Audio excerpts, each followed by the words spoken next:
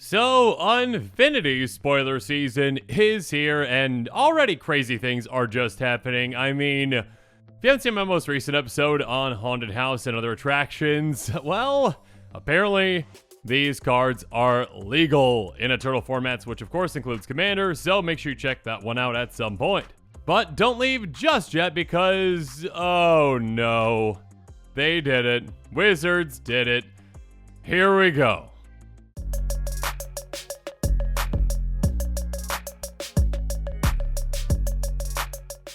And what exactly did Wizards do? Well, we can find out with this brand new commander, which is a legal commander, because again, in the bottom middle, if there isn't an acorn, it is a legal commander. So yeah, here we go. Myra the Magnificent is a 2/4 human performer that costs 2 blue-red that says, whenever you cast an instant or sorcery spell from your hand, open an attraction. And by paying X, you can tap and exile target instant or sorcery card with mana value X from your graveyard and choose an attraction you control that doesn't have a midway counter on it. Put a midway counter on it. When you visit that attraction, copy the exiled card. You may cast the copy without paying its mana cost. Okay, so we have Attraction Storm Tribal, apparently. And okay, really quick, I did say, check out the other episode later on attractions. I'll just give you a quick overview on attractions if you have not seen them yet. Basically, attractions are artifact cards that live in a deck outside of your deck. I believe you need to have at least 10 or more of them in that, side deck essentially.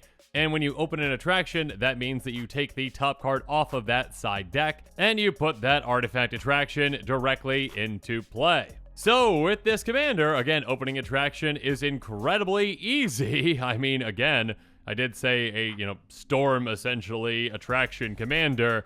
You just have to cast instant sorcery spells from your hand. So that's all you need to do. And there are plenty of fantastic instant sorceries that you can cast very quickly to get a ton of attractions in play in absolutely no time. And yeah, when it comes to visiting attractions, essentially, I believe it's your pre-combat main phase. At the beginning of that, you roll a d6, and yeah, each of the attractions has numbers on it. If you hit their number, again, let's say some of your attractions have a 3 on it. If the 3 on the card is lit up and you roll a 3, you get to go visit those attractions, which means you basically have that artifact's ability trigger. So obviously this commander kind of takes that a step further by allowing you to exile instant sorceries from your graveyard, which of course you're going to have, plenty of them with this kind of, again, attraction, storm deck, whatever you want to call it. And then you essentially get to mark an attraction with a midway counter. And then again, when you happen to roll a number that is associated with that attraction, and actually some of them have multiple, but yeah, I mean, let's say you roll, again, a 3, you visit all the attractions that have 3 lit up on them, and again, for every one of those that has a midway counter on it, you are going to, again, basically get to copy the associated exiled spell for free. Or should I say, copy the card, cast the copy without paying its mana cost, you know what I mean? So, yeah, I mean, I think attractions, at least, especially with this commander, it can be seen that attractions can very, very, very, very easily be opened. Again, this is a very low requirement. Casting any instant sorcery, yes, from your hand. So, sure, okay, you won't get, any cascade casts, essentially. You won't get any, flashback or whatnot.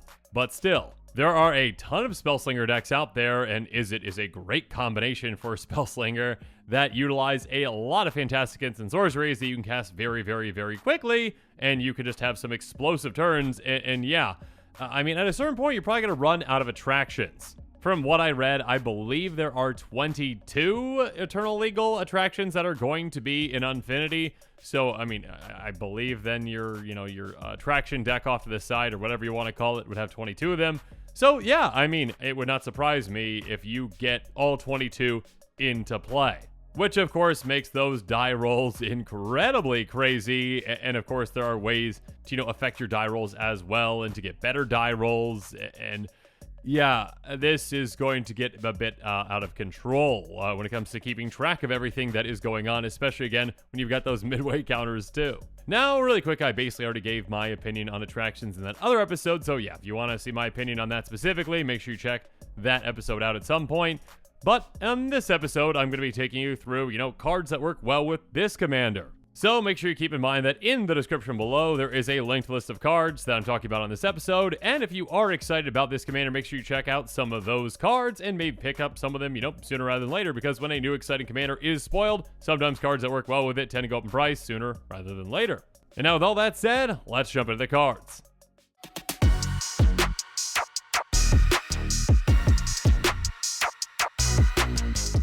So yeah, first up, there are a ton of low-to-the-ground instants and sorceries that you can cast very quickly with cards like, Cerulean Whiffs, Opt, and Faithless Looting, each of which that only cost a single mana. So yeah, basically, again, with your commander in play, this is, hey, pay 1, get an attraction into play for free. On top of what these cards actually do, and of course these can help you out a lot. I mean, Cerulean Wisp says, target creature comes blue until end of turn. Okay, that doesn't really matter for our commander. Untap that creature, that really matters, and of course draw a card. So yeah, a cantrip like this one can be fantastic at basically, replacing itself on top of, again, getting you an attraction with your commander and untapping your commander. So of course, if you want to utilize your commander's ability multiple times in a turn, this is a fantastic way to do it.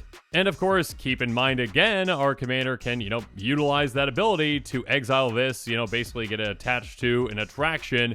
And then, yeah, I mean, if you happen to roll that attraction's number, or should I say one of their numbers, you get this spell for free. So yeah, more card draw, more potential triggers elsewhere, and we'll talk about some of those here in a bit, but also being able to untap your commander again. Or, how about a simple spell like, Opt, scry 1, draw a card, instant speed for just a blue. Again, basically some fantastic card selection. And again, a cantrip, so it replaces itself essentially. On top of, again, opening an attraction. I mean, also, how about, Faithless Looting? Draw 2, discard 2. A great looting spell for, again, just a single mana. Now, this one does have flashback, and you, of course, can utilize that from your graveyard. Though, do keep in mind, again, our commander does specify that we have to cast an instant sorcery from our hand to get that trigger to open an attraction. So please, please, please keep that in mind. That being said, of course, there are other things we can trigger from flashing back Faithless Looting if that's what we want to do. Or, we can just basically exile with our commander so we can, cast it for free when we happen to hit the number of the attraction.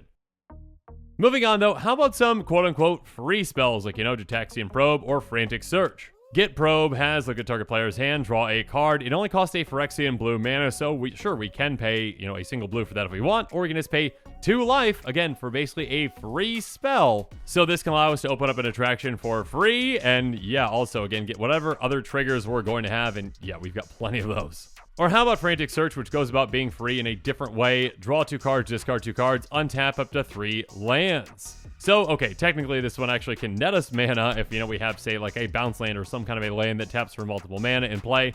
But yeah, at the very least, this is going to untap 3 lands, basically pay for itself. And again, we get our commander's trigger, and we get whatever other triggers.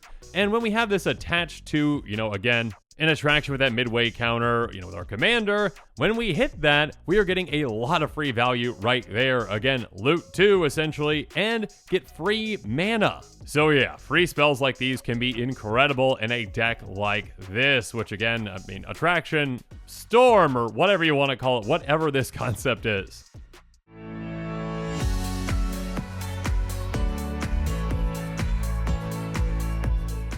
Moving on, another card that I thought of immediately when I saw this commander was Quark the Thumbless, which can be incredible in this kind of a deck. Whenever you cast an instant sorcery spell, flip a coin. If you lose the flip, return that spell to its owner's hand. If you win the flip, copy that spell, give me 2 targets for the copy. So winning the flip, of course, is nice. I mean, additional value. Who doesn't want that? But also, losing the flip might be even better. Because again, when our commander's in play, we still cast, the instant sorcery from our hand, so we still get that trigger, getting an attraction to play, and again, whatever other triggers we have too, and we get that spell back to our hand. So of course, if we've got mana for it, we can do it again.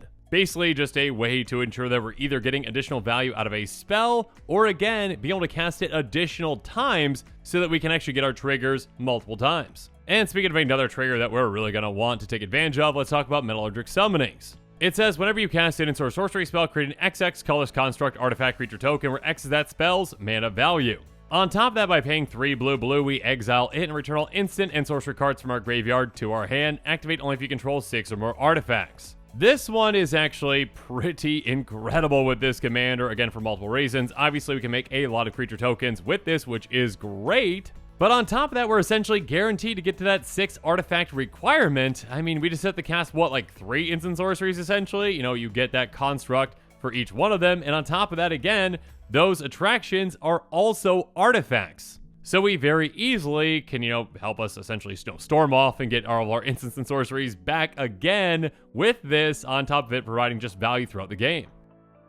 But of course, we've got plenty of other ways to get, our instant sorceries back for even more value. I mean, how about cards like Archaeomancer or Flood of Recollection or Mystic Retrieval? Archaeomancer has, when it enters the battlefield, return target instant sorcery card from your graveyard to your hand. So yeah, I mean, if you're also utilizing maybe some blink effects in this deck, you can really take advantage of that.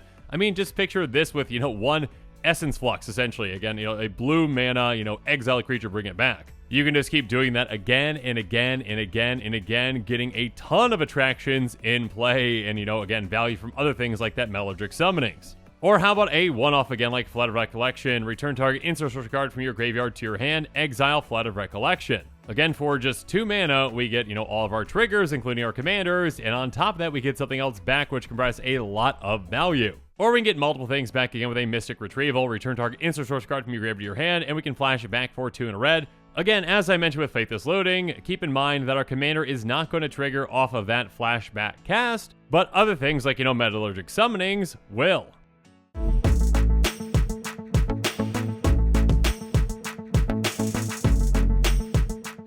And speaking of other things and other triggers, Gutter Snipe, Talrand, and Archmage Emeritus are definitely cards to consider for this kind of a build. Gutter Snipe says whenever you cast an instant sorcery spell, it deals 2 damage to each opponent. This can, of course, really add up throughout the game and take our opponents down quite quickly. And also keep in mind, these kind of triggers, again, are unlike our commander. They do not require, it to be cast from our hand. So it also counts, again, those midway counter cards. Again, the exiled instant sorceries that we have that are attached to attractions. When those are cast, we get triggers. So yeah, things can go really quickly once you're set up. And like Metallurgic Summonings, we can make a massive army with Talrand Sky Summoner, but this one also is a flying army. Whenever you cast an instant sorcery spell, create a 2/2 blue Drake creature token with flying. So yeah, things can get pretty deadly pretty quick. And of course, Archmage Emeritus is another great one. Magecraft, whenever you cast or copy an instant sorcery spell, draw a card. So this one, of course, can provide even more value in a lot of situations, helping us dig really deep into our deck and just helping,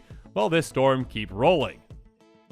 And speaking of that, how about Burgi and Jace's Sanctum? Cards like these are incredible in this kind of a build. Burgi says whenever you cast a spell, add a red. Until end of turn, you don't lose this mana as steps and phases end. So when we're casting spell after spell after spell, especially with, those 1 mana spells like a Faithless Loading, we essentially just get that mana back. We get that mana back right away, and we can utilize it on something else, get more attractions out and to do more crazy things. Also, Jace's Sanctum, instant sorcery spells you cast cost 1 less to cast. Whenever you cast an instant sorcery spell, scry 1. So first up, again, cost reduction can be massive in this kind of a deck. Just think about all those instant sorceries that I talked about that maybe cost, again, a little more than 1. Like maybe that Frantic Search, again, which costs 3, but basically is a free spell. Now that one actually just kind of nets us mana when we're casting it as well, because it's only going to cost us 2. On top of all the value and all the card selection it's going to provide us, again, with that scry trigger. And of course, like I just mentioned, again, these do not specify, when you're casting from your hand. So, again, flashback spells and also, again, those midway counter, attraction, instant sorceries, whatever you want to call them, those can get absurd with these. Especially Burgi, who can essentially just dump a ton of mana onto us in a single turn that we can then utilize to, just probably take over the game and win.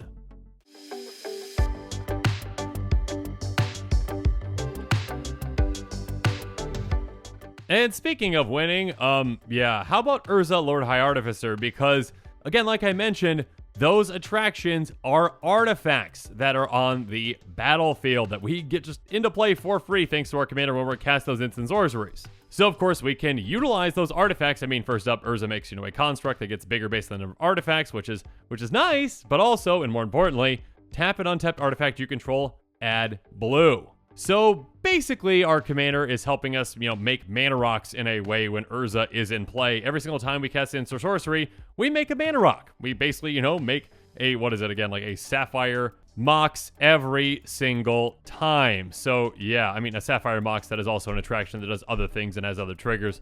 Things can get out of hand.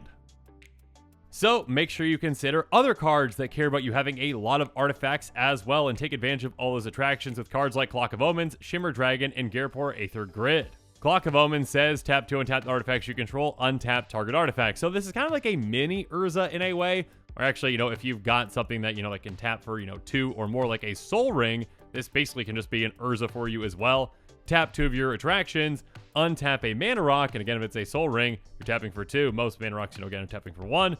Still, getting either half a mana or, a full mana for each artifact you are tapping, essentially, is incredible. Next up, how about Shimmer Dragon? Now your attractions can provide you even more value. As long as you control 4 more artifacts, it has hexproof. Yeah, that's a very easy requirement for this deck to meet. On top of that, tap 2 untapped artifacts you control, draw a card. You can draw an obnoxious amount of cards with this in play, and again, it's going to be pretty hard to deal with, so good luck to your opponents. And especially good luck to them again if you've got Gearport Aether Grid in play. Tap 2 untapped artifacts you control. It deals 1 damage to target creature or player. So you can ping down creatures, ping down faces. Again, like I mentioned before, it's probably not going to be all that hard. I mean, okay, it does require some setup and some time, but yeah, you definitely can. It is possible to get every one of those attractions out in play, and I believe, again, there's 22 of them. So just think about that with your Aether Grid. That's what, 11 damage essentially you can just spread out every single turn with just those attractions? Or, how about Shimmer Dragon? Draw 11 cards essentially. So yeah, again,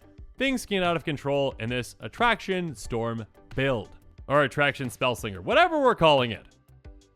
Now things can of course get even more out of control when you utilize copy spells as well, like a replication technique demonstrates, so you can actually have an opponent get a copy of this so you get an extra copy of it. Create a token that's copy of target permanent you control. If you've got, say, a really good attraction out there, you can heavily utilize that attraction and really hope, again, when you hit that number that's lit up on it, or one of the numbers that's lit up, you can get a massive effect out of this. Or, and we'll talk about some cards here in just a little bit that you're really going to want to copy as well to ensure that you, well, hit some really good numbers. But before we jump into that, how about Arenicus's Vile Duplication? Create a token that's copy target creature you control, except the token is flying and isn't legendary if the creature is legendary. How about an extra copy of your commander? So that every single time you cast Instant or Sorcery, you get to open 2 attractions, and again, yeah, just this can get out of hand even quicker.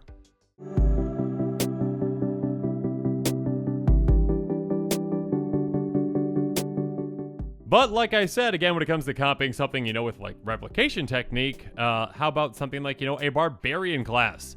If you would roll 1 or more dice, instead roll that many dice plus 1 and ignore the lowest roll. Now, when it comes to the numbers that are lit up on attractions, there is a variety of them, but there are 2 things that are always true, at least from my understanding. 1s are always bad. It is always a miss to roll a 1, and 6s are always good. It is always good to roll a 6. You hit every single attraction if you do that. So by replacing your lowest roll, you're more likely to roll a higher number and more likely to roll a 6 and less likely to roll a 1. On top of that, Barbarian class can help you in other ways. Level 2 says whenever you roll 1 or more dice, target creature you control gets +2/+0 and gains menace until end of turn, which is nice. And on top of that, at level 3, creatures you control have haste. So yeah, with all those token generators we talked about, things get out of control quickly. And of course, there are other effects like this. Like that first part, like Pixie Guide, basically the exact same thing. Hey, roll 1 or more dice, ignore the low roll, get the higher roll. So again, you're more likely to roll that 6. And by being more likely to roll a 6, well, Netherese Puzzle Ward can help out as well. At the beginning of your upkeep, roll a d4, scry X corrects the result. On top of that, whenever you roll a die's highest natural result, draw a card. So it's just some nice initial value. Again, throughout the game you can scry, and then yeah, when you do hit that 6, and of course that can be helped with, again, cards like Barbarian class and Pixie Guide, you get some extra card draw out of that.